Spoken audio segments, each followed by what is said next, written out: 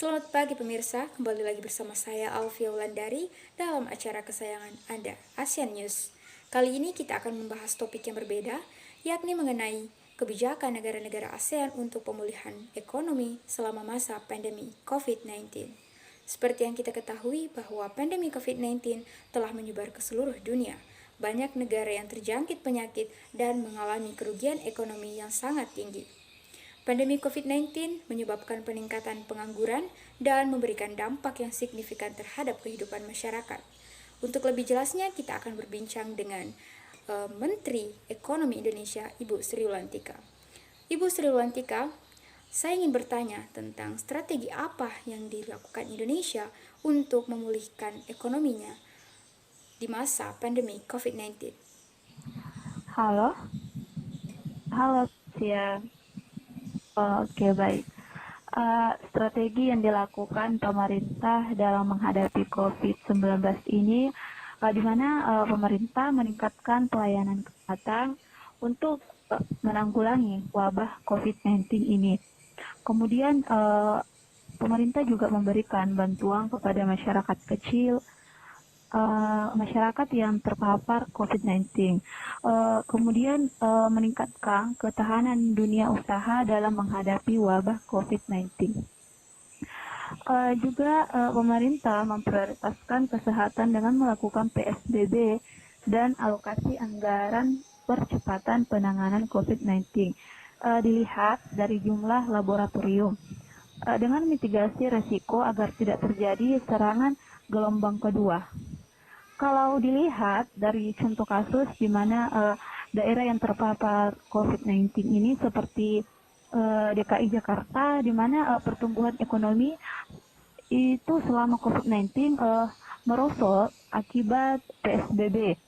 Nah, dilihat dari kuartal 3 berkisar 0 sampai minus 2,1 dan jika dilihat selama pemberlakuan PSBB angka ini dapat jauh lebih rendah dari minus 2,1%. Matikan Misa. Mengenai kebijakan pemerintah yang melakukan pelonggaran PSBB, apakah hal tersebut benar-benar sebagai langkah yang tepat? Seperti yang kita ketahui bahwa PSBB dilakukan untuk menekan penyebaran virus corona. Dan apabila PSBB dilonggarkan, bukankah itu memudahkan penyebaran virus ini?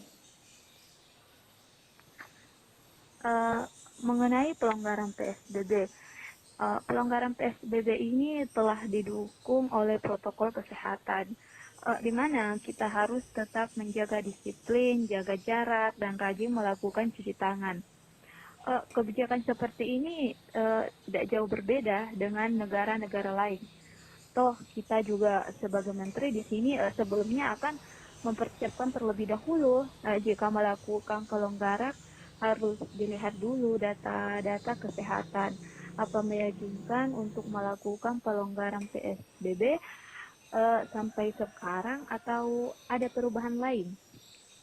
Nah, jika dilihat masyarakat sebenarnya juga butuh aktivitas di masa sekarang. Mereka tidak hanya bisa mengandalkan bansos saja.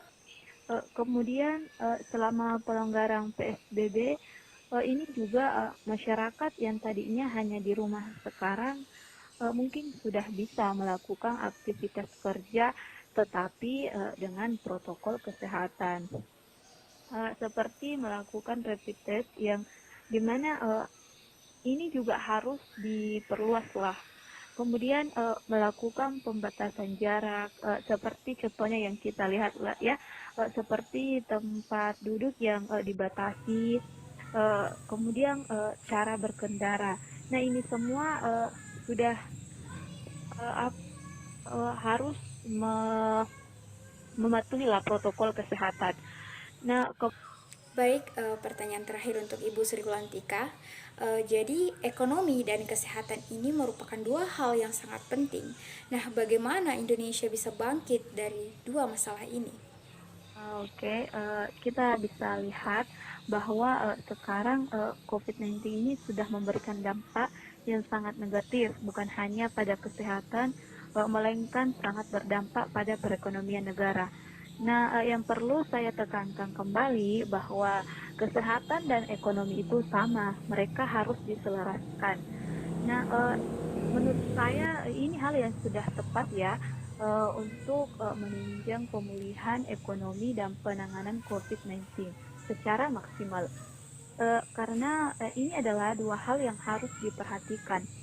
Maka dari itu, kebijakan Presiden ini dalam pembentukan komite untuk penanganan COVID-19 sudah tepat. Dan adanya komite ini dibentuk untuk lebih memaksimalkan penanganan ekonomi dan kesehatan. Pembahasan tadi mengakhiri perjumpaan kita pada hari ini. Terima kasih untuk narasumber. Saya Alfi Wulandari. Sampai jumpa.